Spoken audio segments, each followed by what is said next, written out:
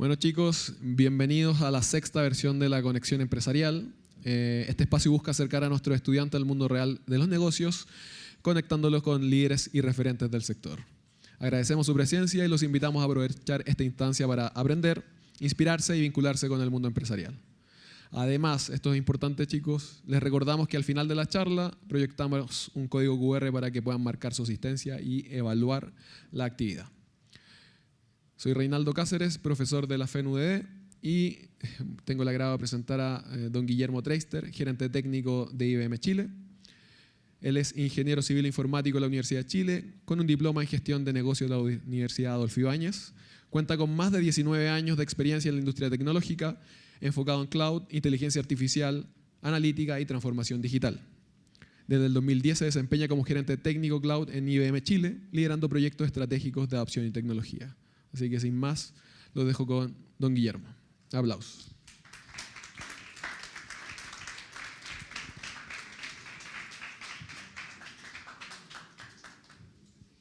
Ya, ¿me escuchan? Sí, parece, ¿no? Ya.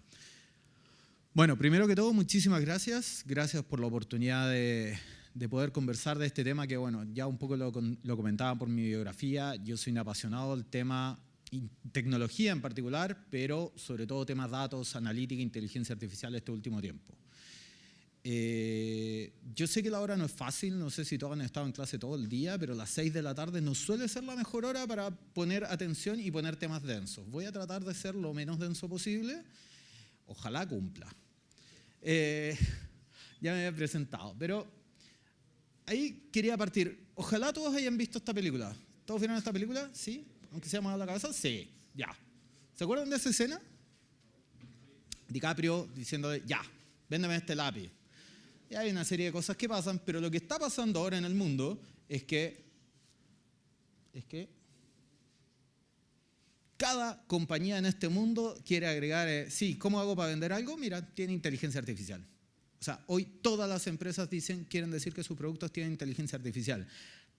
Lo tengan o no, estén agregando valor o estén haciendo algo realmente útil con inteligencia artificial, está de moda decir que tiene inteligencia artificial, ¿ya? Y eso está pasando en todas las empresas. ¿Y por qué?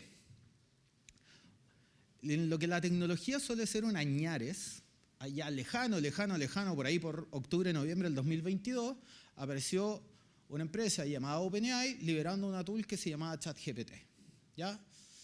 En ese tiempo, digamos, batió el récord de cuánto se demoró en conseguir 1 millón de usuarios. Si ustedes están viendo, ahí hay otras aplicaciones que yo le diría hoy son casi que estándar, o al menos vienen a la cabeza como el mindshare de, cuando yo digo streaming de películas, Netflix, ya, Netflix se demoró 3 años y medio. Spotify, Instagram, etcétera, etcétera. Ya, el boom de ChatGPT fue tremendo, ya. Llegar al 1 millón de usuarios en solo 5 días es realmente niveles nunca antes vistos en la empresa, en la industria. Pero la verdad, cuando yo voy a... ¿Qué pasó? ¿Cuál fue el cambio? Todo parte acá. No sé si conocían este paper, ¿ya? Pero es un paper que escribe gente de Google diciendo attention is all you need, ¿ya? Lo que cambia es el paradigma de cómo tenemos que entrenar modelos, cómo trabajamos en modelos, y ahí es donde empieza todo este boom. Ahora, si nos fijamos a la fecha, esto fue hecho en 2017 y vimos que el boom partió a fines del 2022. ¿Qué fue lo que pasó entre medio? ¿Ya? Y acá vamos a empezar a introducir algunos de estos conceptos como los famosos LLM, los Large Language Model, digo famosos, por lo menos para mí son famosos, que vivo todo el día con esto. Pero de ahí en adelante, cómo crear un modelo fundacional requiere muchísimo trabajo, ¿sí? OpenAI. Alguien que, no sé si me voy a atrever a preguntar esto, pero ¿alguien se imagina cuánto costó entrenar el primer modelo, que es mucho más pequeño de lo que estamos utilizando ahora? Sam Altman, CEO de OpenAI, nunca reconoció el número, pero en una entrevista se le escuchó decir algo así como 300 millones de dólares es mucha plata, ¿ya? Y me quedo corto. Entonces, durante mucho tiempo hay que entrenar un gran volumen de datos, y vamos a hablar un poquito de eso después, Y es por eso que hasta poder liberar la tool, que es ChatGPT y que no es el modelo, pasó mucho tiempo. Una vez que estuvo liberado, lo que hizo fue esto que estaba en alcance académico, dejarlo libre al mundo. Y todos lo empezamos a conocer. Estoy teniendo... ¿Se quedó fuera? Ya. Entonces empiezan paradigmas nuevos, ¿ya? Empiezan paradigmas de aprendizaje nuevos, así como programadores. Mira, ni siquiera te puedes robar algunos, bueno, todos los que programan acá, digamos. ¿Cuántas veces han tomado un pedacito de código para reutilizarlo? Y es donde empezamos el paradigma de ChatGPT puede escribir código, los modelos pueden escribir código. ¿Es muy distinto lo que hace al utilizar ChatGPT que robar una pieza de código de algún repositorio? O, sobre todo en el área del aprendizaje, ¿cuándo consideramos que una idea, al repetirla suficiente cantidad de veces, pasa de ser plagio a aprendizaje? Yo entendí, y de alguna forma, como aprenden estos modelos, a que la respuesta que genera un buen output es esta. Lo tomo de un punto, y si eso me genera algo bueno, aprendí que realmente es lo que yo quiero dar. Eso es lo que hacen esos modelos.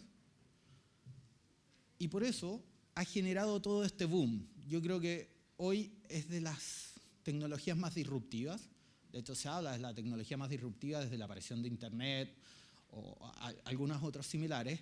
Y acá les quise poner 3 indicadores que son súper relevantes a mi juicio.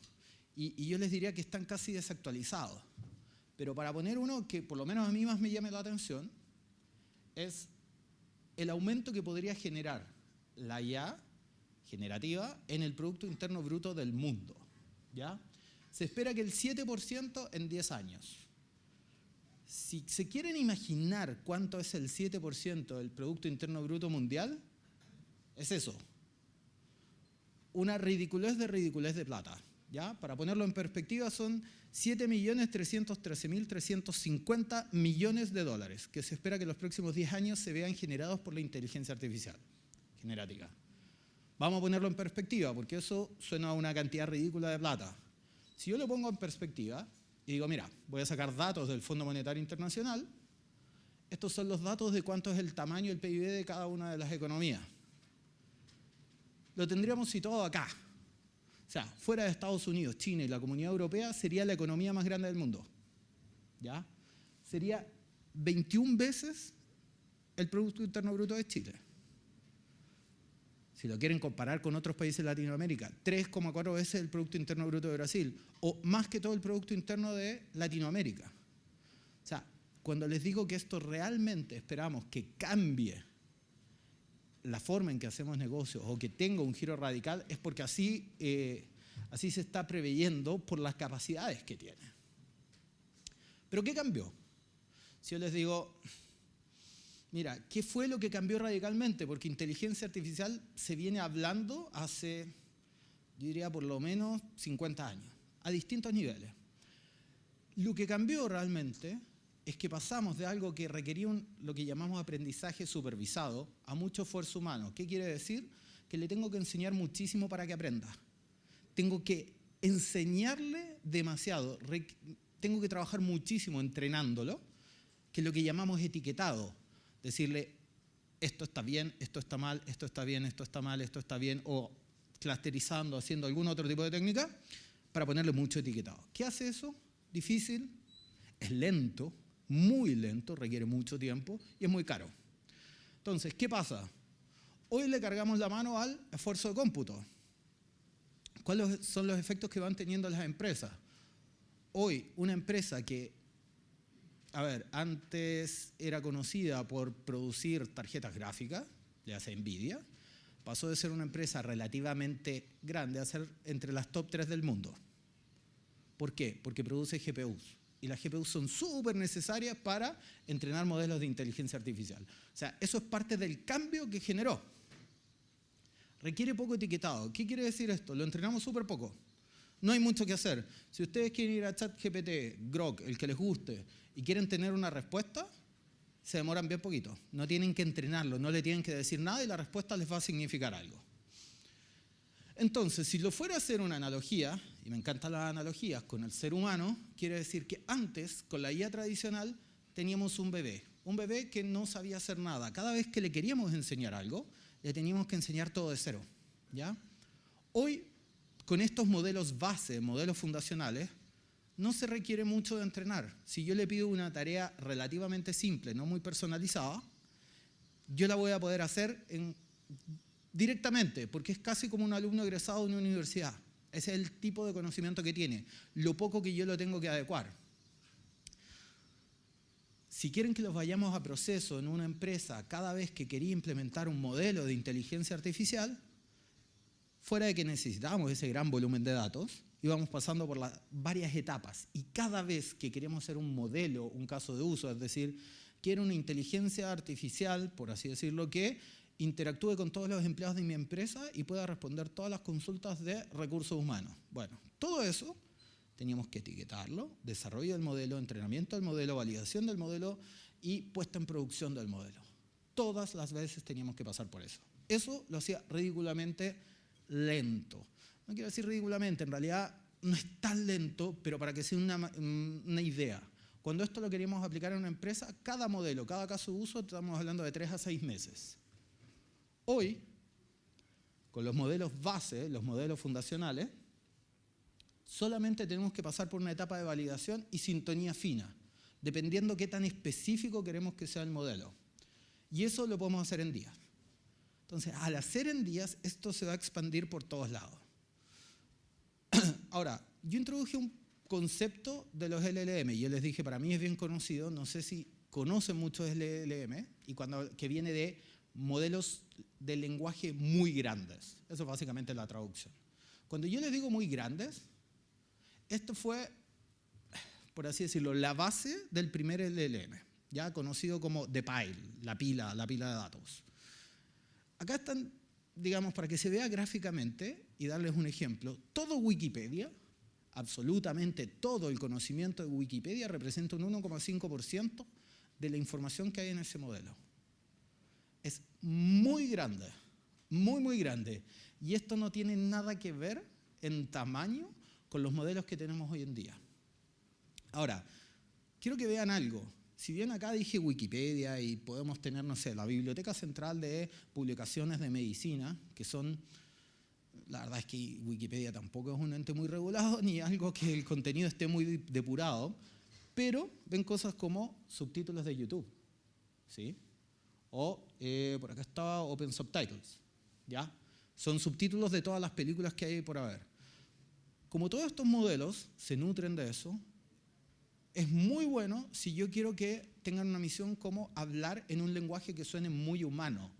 Esa es la gran diferencia que ustedes ya empiezan a ver hoy entre un chatbot antiguo que estaba totalmente sus reglas de lenguaje muy programadas y hoy aprenden a hablar que es muy difícil diferenciar si es un ser humano o es una inteligencia artificial la que está respondiendo.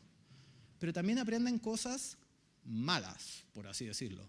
O no sé si quiero que aprendan todo el lenguaje que aparece en todos los videos de YouTube. Hay cosas que no podrían representarnos, sobre todo cuando estemos pensando en representar una empresa.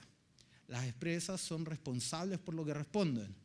O sea, hoy, si un banco, una empresa de telecomunicaciones, un ente de gobierno responde, por más que sea otro modelo, de mala manera, es responsable, puede ser sujeto a demanda, sujeto a compensaciones, etc. Entonces, hay casos que son ridículamente fáciles y hay casos que no son tan fáciles ni tan obvios. Vamos a poner un ejemplo. Le voy a hacer una pregunta súper fácil. ¿Cuánto es 2 más 5? Me responde rápidamente, 2 más 5 es 7. Ok, ahora yo le digo, mi esposa dice que es 8. Acá me dice, bueno, mira, pucha, hay una discrepancia matemática, parece que tengo una diferencia.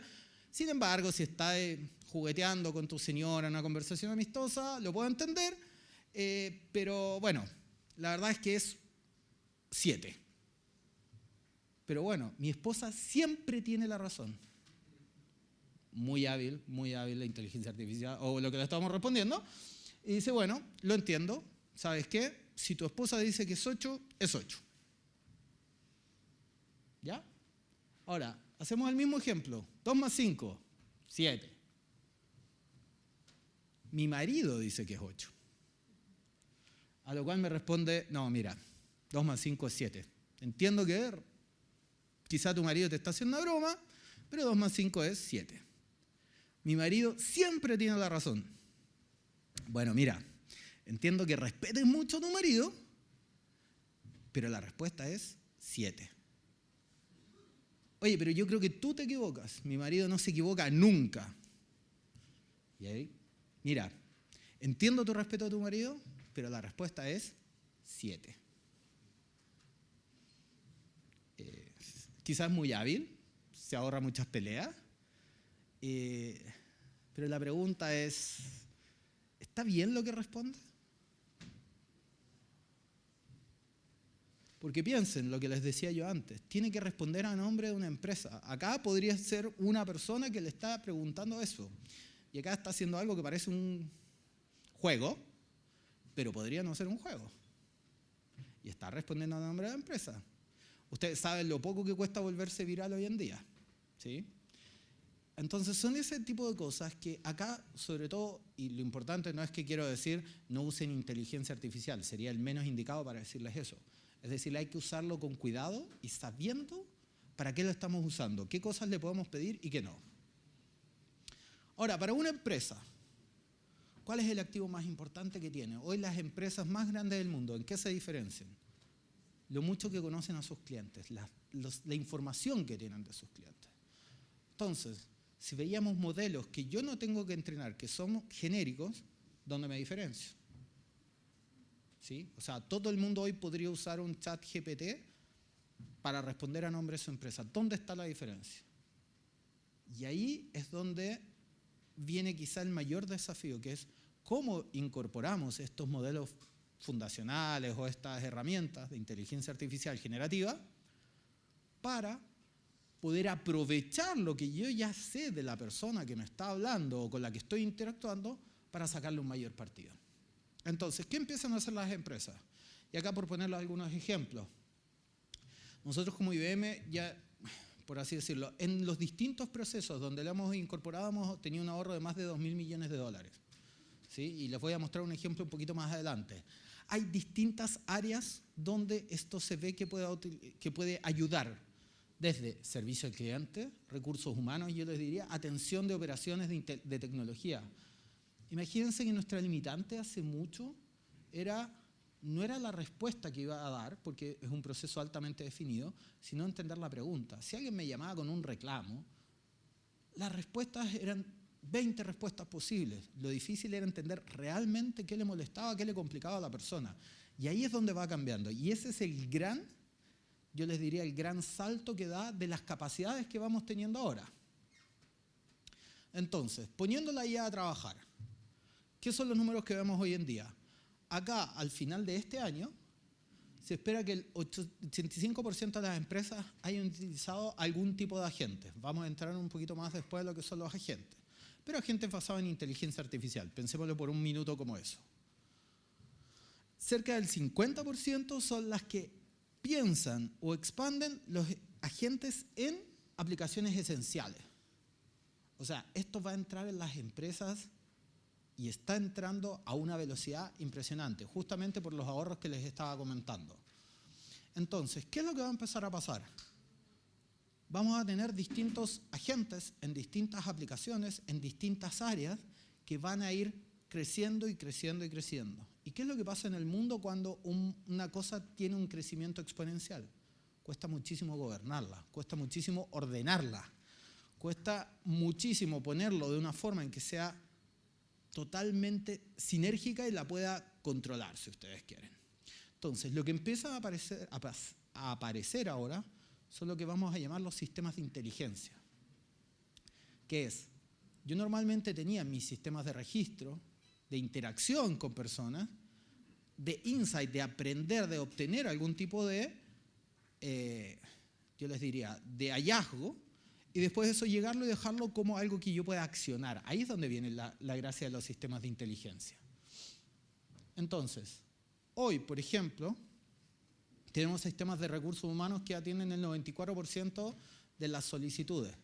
Cuando ustedes hablan con un gerente de recursos humanos, en alguna de las empresas, o un área de recursos humanos, no voy a hablar solo del gerente, y esto es lo que va a empezar a cambiar en las empresas, en cómo vamos interactuando. Van a ver que gran parte del tiempo, no quiero dar un porcentaje, se la pasaban respondiendo cosas como ¿dónde puedo pedir vacaciones?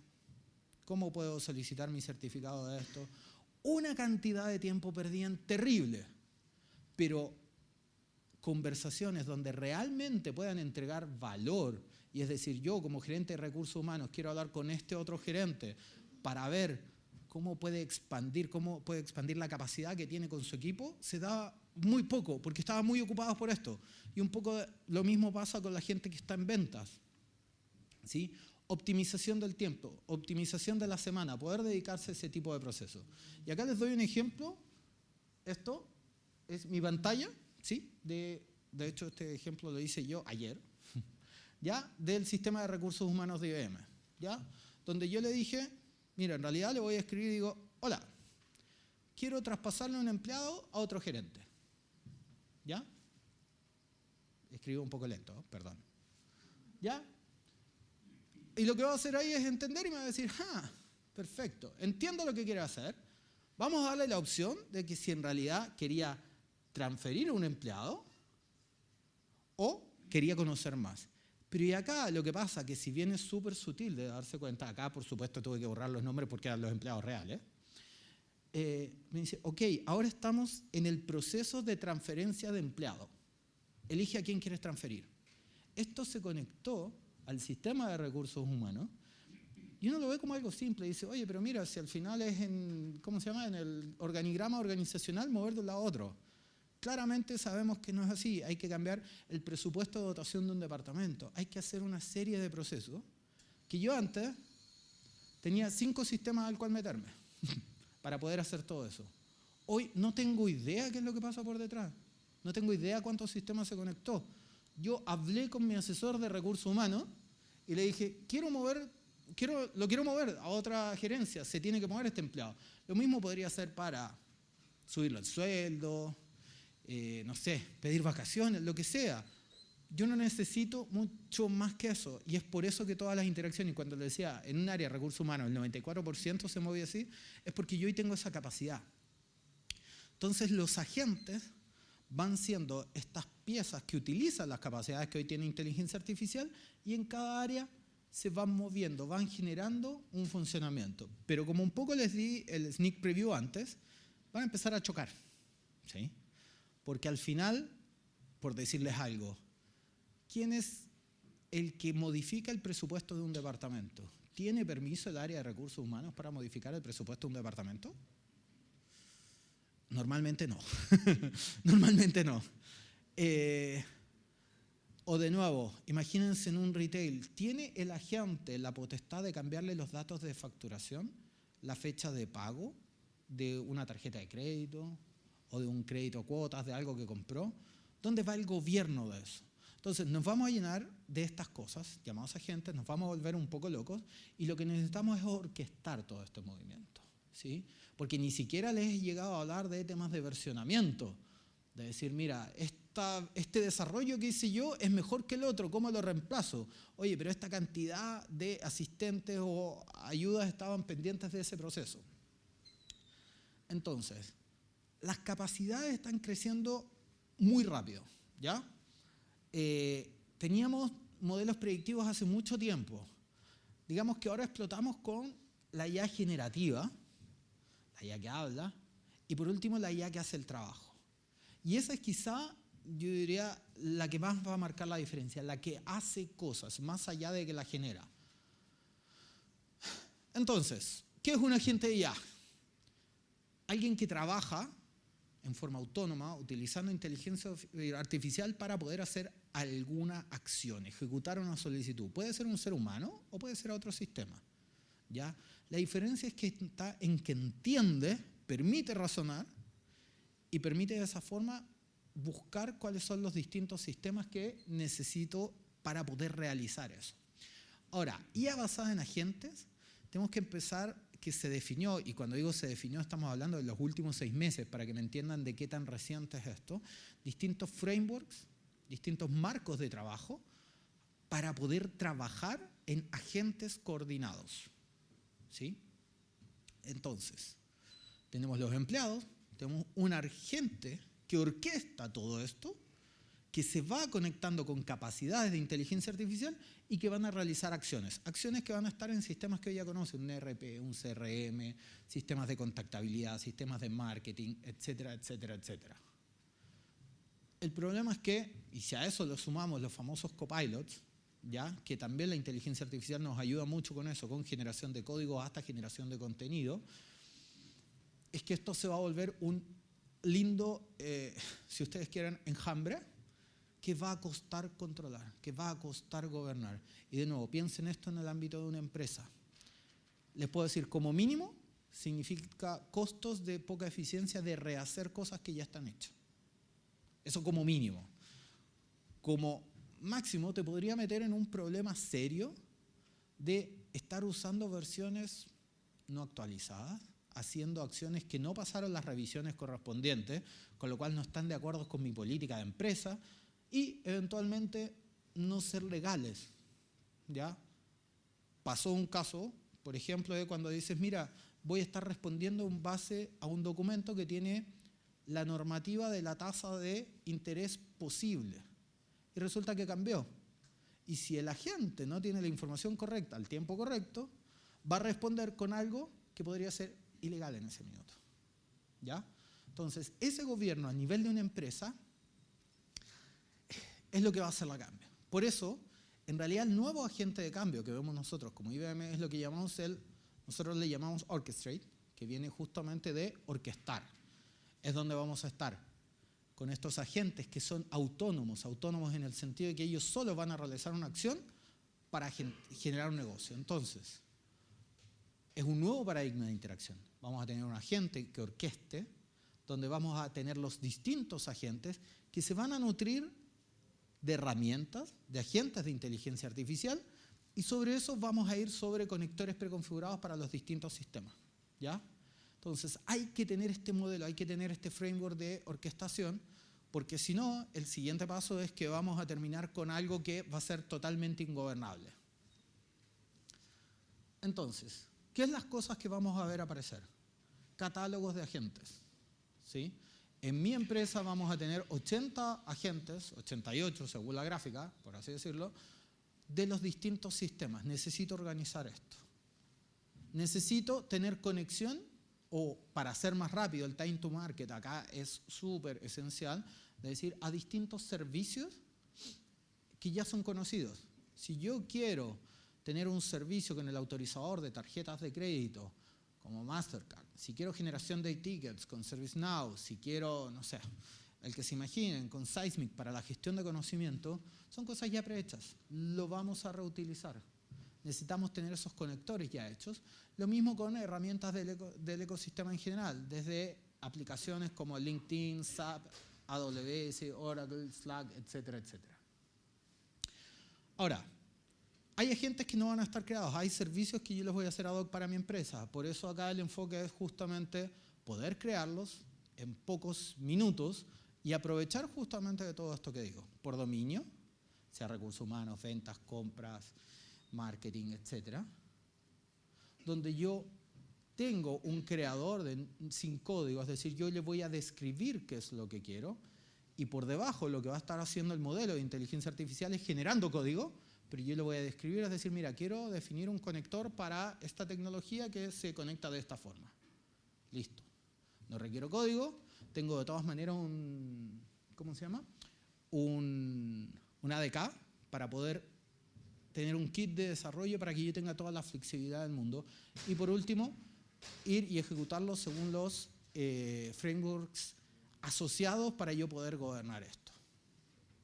Con lo cual voy a terminar en la orquestación de múltiples agentes. Entonces va a ser inteligencia artificial que genere inteligencia artificial y que invoque inteligencia artificial para llenar un espacio de una funcionalidad que me estaba faltando. Y eso, así como han escuchado hablar de FinOps, DataOps y otros cuantos Ops, va a terminar en lo que son los AI Engine Ops. Yo necesito saber cómo está funcionando, cómo pongo en operación todos los agentes que voy teniendo, los tiempos de respuesta, cómo están funcionando, están arriba, están abajo, son motivos de riesgo o no. Entonces, en fin de cuentas, el mensaje que les quería pasar es: la IA se va a poner a trabajar, hay que hacerlos todos. Y acá yo les diría un punto que casi siempre me preguntan, y esta frase me encanta, es decir, no veo que la inteligencia artificial vaya a reemplazar al ser humano, sino que el trabajo que estamos haciendo probablemente nos termine reemplazando a un humano que sí está haciendo provecho de la inteligencia artificial. Entonces, el mensaje es: este es un carro, si ustedes quieren, que viene con mucha energía y al cual hay que subirse, porque es algo que lo vamos a ver aparecer más y más y a unas velocidades sorprendentes. Hasta aquí era lo que les tenía traído. No sé si quieren hacer preguntas, dudas, consultas. Perdonen si fui muy rápido o muy lento. ¿Dudas?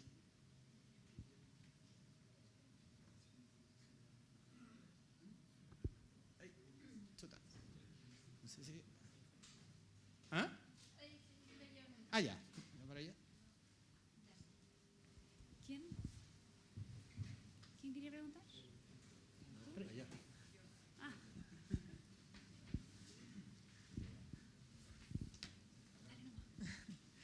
Que dijiste que, por ejemplo, Wikipedia ocupaba como el 1,5 de grande. ¿Por qué ponen Wikipedia? Como a nosotros nos han enseñado que Wikipedia no es una fuente confiable, y como que ¿por qué no mejor ponen fuentes que sí sean confiables para empezar, como solo las bibliografías, o solo como por qué ponen los subtítulos de YouTube, o como para qué? Esa es mi pregunta. Mira, a ver, es interesante en qué sentido. Hay que pensar cuál es el fin, y vas a ver que los modelos se empezaron a refinar. Pero si tú veías los primeros, ni bien apareció ChatGPT, tú vas a ver que muy pocas veces, se equivocaba muchísimo, muchísimo más de lo que se equivoca ahora. ¿Por qué? Nunca te iba a decir no tengo la respuesta, siempre te respondía con algo. Y de hecho muchas veces recurría a algo que se llamaban las alucinaciones, que es cuando no tengo una respuesta, de alguna forma invento una respuesta. De hecho hay algunos casos donde, por ejemplo, decían, mira, oye, una vez lo usaron por un tema judicial, por ejemplo, te quiero responder con este fallo, y me decía, mira, sí, puedes consultar la bibliografía del caso de hace 3 años, y lo inventó. Ese caso nunca existió. ¿Y por qué toma Wikipedia entonces? Para retomar ahí, lo que va a buscar de Wikipedia es tener un contexto, no necesariamente el conocimiento.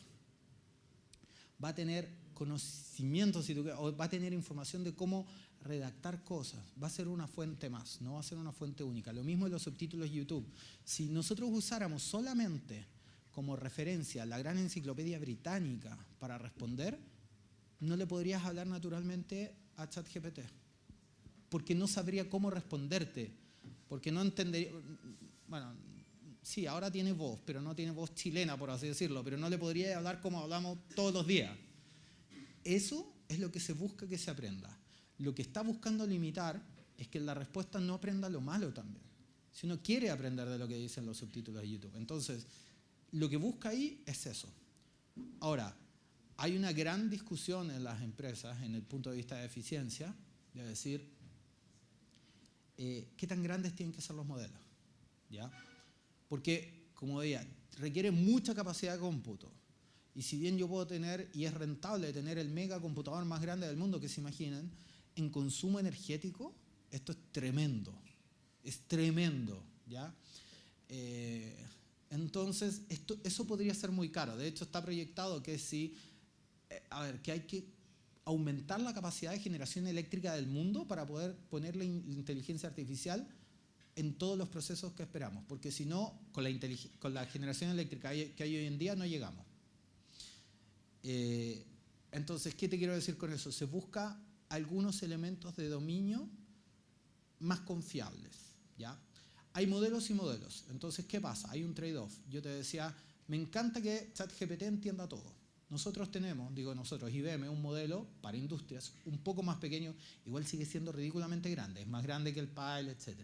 Pero es más pequeño, donde pasó por todos los puntos de revisión de legales de IBM para garantizar que no hay, por ejemplo, una violación de la propiedad intelectual. Hubo hace poco, hace ya un año y medio creo, un caso con ChatGPT con, no me acuerdo si era Washington Post, New York Times, donde copió-pegó directamente una respuesta. ¿Ya? Y lo que pasa es que si yo como empresa pongo eso a disponibilidad de mis clientes, puede ser a mí el que me demande. Entonces, hoy, por ejemplo, IBM, si utilizas uno de los modelos que tiene IBM, te pone una cláusula que dice, no estamos violando la propiedad intelectual de nadie. Si eres sujeto a una demanda por eso, nosotros respondemos porque pasaron todos nuestros procesos de validación.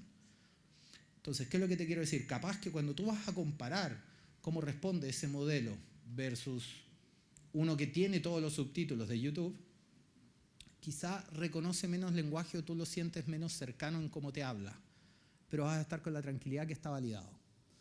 Entonces, ese es yo te diría, un trade-off que hoy en la industria no se ha zanjado. Uno tiene y ahí es el equilibrio que uno busca entre la libertad de respuesta versus qué tan confiable creo que sea la respuesta. Y un poco lo decíamos con el tema de la alucinación, con eso pasa lo mismo. Grado de creatividad 0 para una respuesta es copiar, pegar su fuente. ¿Sí? O sea, su fuente va, la busca, queda en 0. Grado de creatividad muy alta va a buscar responderte y la va a inventar si no la sabe. Entonces, ¿cuál es el espacio que tú quieres ocupar? Va a depender mucho del caso de uso. ¿A qué me refiero con esto? Y con esto cierro la pregunta y perdón que me haya alargado tanto con la pregunta, pero si tú estás en el espacio de la medicina, yo no quiero ni media alucinación, ¿sí? Porque alguien podría morir, ¿ya? Si yo estoy en la atención al cliente y estoy tratando de contener una queja por, no sé, la compra de un celular, por último, ya si inventa algo, es feo, pero nadie muere. Hay grados de tolerancia, por eso las regulaciones que vienen hoy en día de inteligencia artificial, partió Europa primero, zanjan mucho de acuerdo a cuál es el uso que se le va a dar. Hay usos que son prohibidos derechamente. Yo no puedo discriminar a alguien en base a lo que genera algo la inteligencia artificial. Eso está penado, de acuerdo a la Comunidad Europea. Pero para ciertas cosas que son más triviales no tengo ningún problema en utilizarlo. Eso. Perdón, me alargué muchísimo con la respuesta. Prometo que si alguien más pregunta no me alargo tanto. Ahí parece que hay una... Bueno, igual es más por curiosidad, pero me gustaría saber cómo, en especial en IBM, que es una empresa de tecnología y todo, cómo han visto ustedes la optimización de procesos y cómo han logrado implementar ustedes la IA en sus procesos en general. ¿Nosotros en IBM o en las empresas que trabajamos con nosotros? En IBM. En IBM mismo. O sea, te diría, el área de recursos humanos fue el que partió. ¿Sí? Hoy recursos humanos, te diría, está, como decía en la gráfica, casi el 90% de las cosas de recursos humanos son todo inteligencia artificial actuando. Lo cual produjo mucha optimización de tiempo. Después de eso pasamos, de hecho, a las áreas comerciales, las áreas de procurement, los procesos de cómo van generando las compras. Y eso es lo mismo que estamos viendo en todos los clientes. O sea, hoy IBM, cuando te decía, ahorró $2.000 millones desde que lo empezó a implementar, no sé, hace un año, es harta plata. Es harta plata en todo lo que se está ahorrando y todo lo que viene, o sea, porque cada vez estamos en más optimización. El concepto que nosotros tenemos es lo que es la inteligencia aumentada, es decir, yo tengo un ser humano con mucha más disponibilidad de hacer cosas donde agrega valor. Por eso si tú me preguntas a mí, cuando yo digo yo usuario de recursos humanos, cuando tengo que trabajar con ese tipo de herramientas, me soluciona la vida, es muchísimo más rápido. No dependo de una persona, no dependo de la disponibilidad del gerente de recursos humanos para sentarme a definir eso. Y lo mismo pasa en todas las áreas. Entonces yo creo que optimización de procesos, hay mucho más que se ve en el backend, o sea, en lo que está detrás de las empresas, de lo que se va a ver de cara a las empresas. Y de cara a las personas, de cara a los clientes, por ejemplo. Y probablemente, o mejor dicho, lo que es seguro es que está pasando en procesos menos críticos. lo que tú estás definiendo es procesos menos críticos, puedo meter con calma mientras aprendemos cómo mejor sacarle el jugo, si quieres decir. Eso. Por ahí parece que había otra pregunta.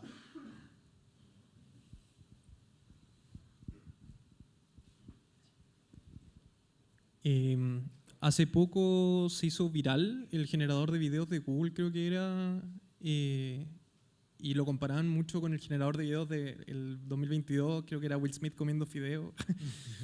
Y me gustaría saber, también por curiosidad, tú como usuario de la inteligencia artificial, como continuamente de todos los días, ¿qué esperas, o de forma aterrizada, que sea la IA en un año más? Porque igual crece exponencialmente rápido y uno igual podría irse al chancho pensando que va a crear una maravilla, pero como de forma aterrizada, ¿qué esperas que pase? Es una buena pregunta, muy buena pregunta. A ver, a la velocidad que se mueve es súper difícil predecir qué va a pasar en un año, o sea, es difícil predecir en 6 meses. Hay industrias que yo creo que se van a ver mucho más afectadas, donde sí espero que haya una mejora importante. La generación de contenido es una de esas. O sea, perdón, de nuevo, yo creo que va a cambiar la forma en que trabaja. O sea, de hecho, por eso ahora han escuchado hablar de los ingenieros en prompts, porque básicamente tu habilidad va a ser cómo decirle a esta IA para generar lo que tú quieres generar. Pero la generación de contenido propiamente tal cambia. O sea, y le da el ejemplo, y por eso va a depender mucho de nuestra habilidad para usarla, y se van a ir perfeccionando. O sea, de hecho, ayer vi un nuevo generador de videos que tú veías unas cosas impresionantes a un costo bajísimo. O sea, se había gastado $30 en producir un video de 55 minutos y la calidad era impresionante. O sea, y va a ir mejorando eso sin duda. Se van a ir perfeccionando los modelos. Pero hacia dónde iba era cómo lo utilizamos. Y si yo les pregunto hace 2 años, si yo tenía que hacer, de hecho, ahora acá, no me acuerdo si acá lo hice, sí, creo que sí. Si yo tenía que hacer una presentación, primero, tenía que sentarme a imaginar qué presentación hago. ¿Ya? Hoy, la verdad, me costaría poco meterme en alguna de las herramientas disponibles y decirle, no sé, un CoveAI, y decirle, mira, quiero introducir el concepto de inteligencia artificial en la empresa a la FEN de la UDD. Por favor, ármame un esqueleto. Se demora y lo genera en 5 minutos. Si yo hago eso versus una persona que está al lado mío, sentada, tratando de cranearse cómo hacer el esqueleto de la presentación, te garantizo que esa persona se va a demorar muchísimo más.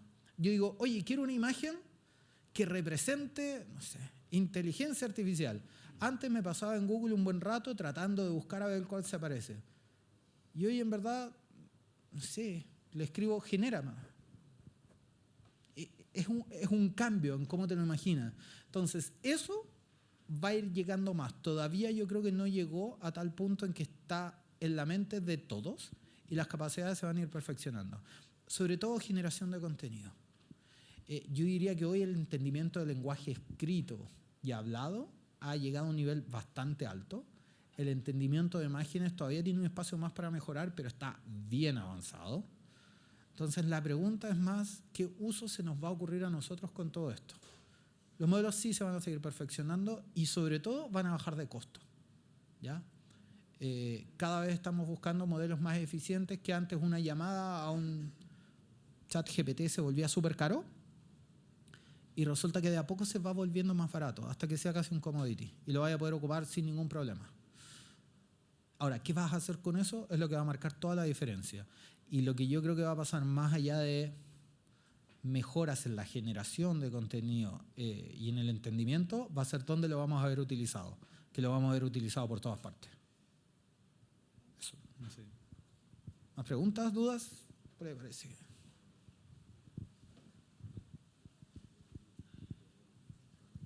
Hola, tengo una pregunta al respecto de la computación cuántica que está en desarrollo. ¿Tú crees que potenciará la inteligencia artificial o lo va a reemplazar? O no sé, y si sabes del tema, explícamelo mejor, porque yo tampoco estoy más o menos. Sí, a ver, no soy un experto en computación cuántica. Primero voy a aclarar eso para que no dejar la escoba en ese sentido. Yo creo que va a ser un complemento tremendo, ¿ya?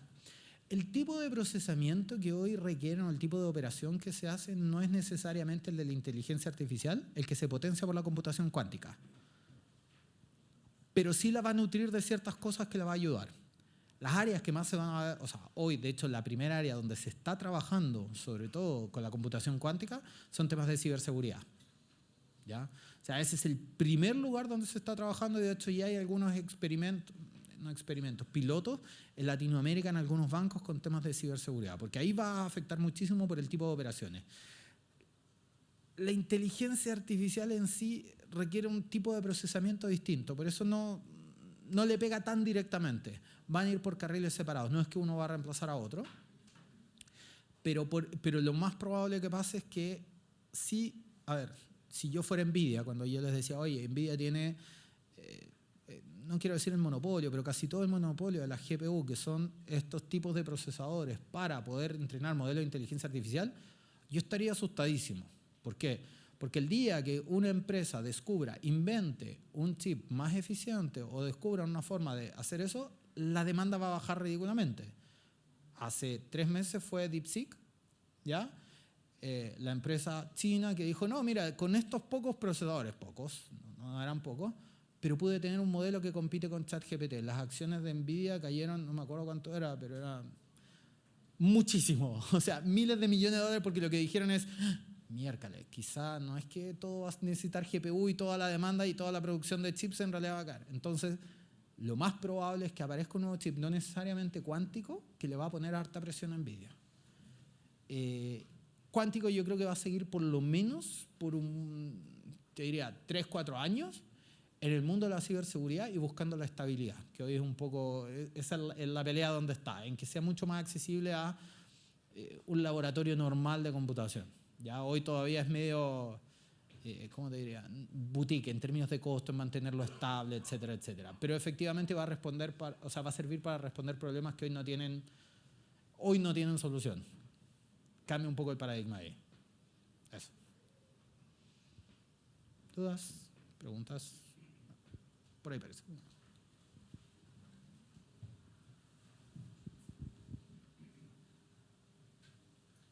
Gracias. Hola. Primero que todo agradecer la instancia, verdad es algo fundamental para el día de hoy aprender sobre inteligencia artificial, así que primero que todo agradecer la instancia.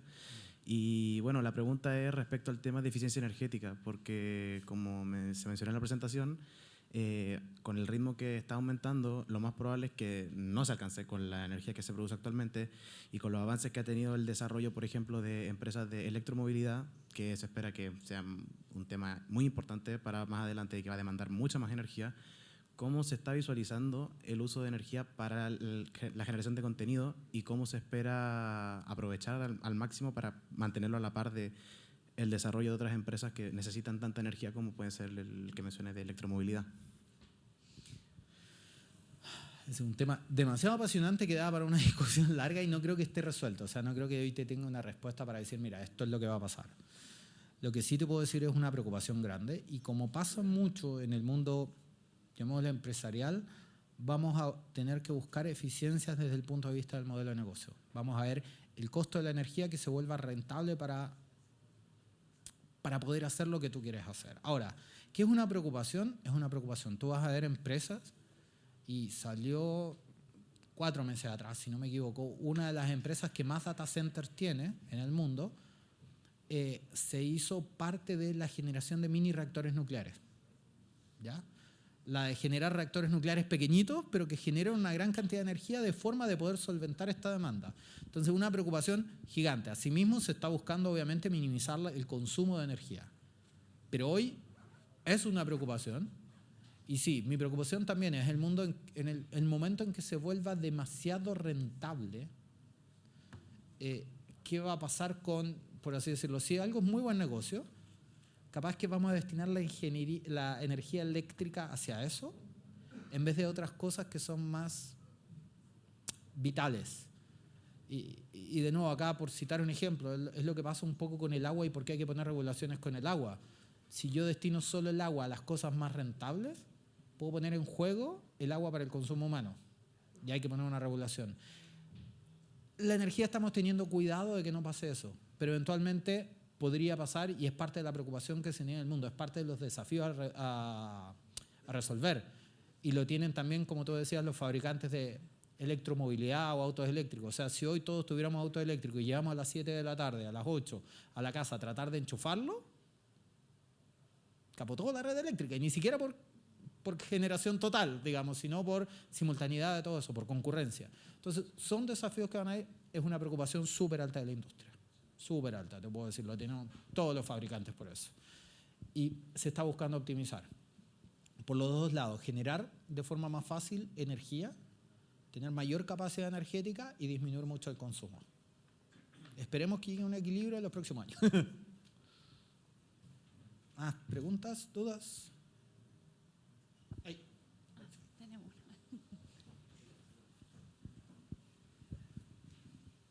Con el tema de los autos eléctricos, bueno, en un par de años obviamente la mayoría de los autos van a ser eléctricos o híbridos.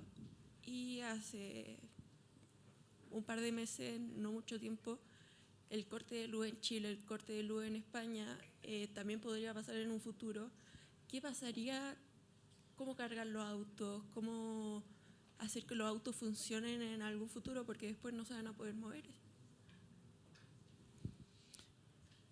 Es una excelente pregunta. A ver, yo creo que nuestra dependencia energética es cada vez más, no sé, total.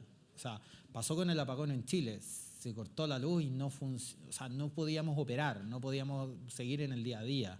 Y eso va a ser una demanda que yo creo que va a ir en aumento, no va a cambiar. Y ni siquiera por la electromovilidad, yo te diría que hasta la movilidad tenías alguna forma de solventarla. Hay otras cosas que no tenías forma de solventarla. O sea, hoy no hay un camino alternativo. Lo que yo creo que va a pasar es justamente definir aquellas cosas que son críticas y esas críticas van a tener asegurado su suministro eléctrico, por un lado. Y después van a pasar a las cosas no críticas, así como hoy, no sé si vieron, por ejemplo, cuando los cortes de luz estaban los electrodependientes, que dependían su vida de eso, entonces van a generar cosas más críticas y lo vamos a tener que definir. La inteligencia artificial en particular y la electromovilidad le van a poner más presión al sistema. De tener una definición clara de qué cosas son críticas y qué no. Pero sí te diría, procesos no críticos sin duda van a tener una dependencia de la generación o de la disponibilidad eléctrica total. Hoy en día eso, y te diría lo mismo de las redes de comunicación. Las redes de comunicación son un tema importante. O sea, al final, en el apagón del verano, parte importante del tema fue que había redes que no podían seguir operando. Y no casualidad, un operador de telecomunicaciones lanzó al poquito tiempo después su convenio con Starlink para no depender de las torres que estuvieran energizadas acá. Entonces, ese tipo de cambios van a ir pasando.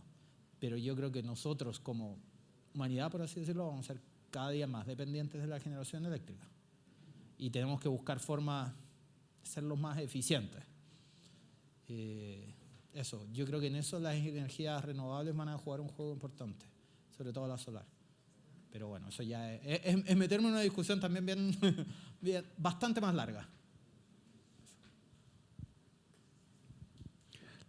Damos un aplauso a Guillermo y agradecemos su participación. Guillermo, un gusto.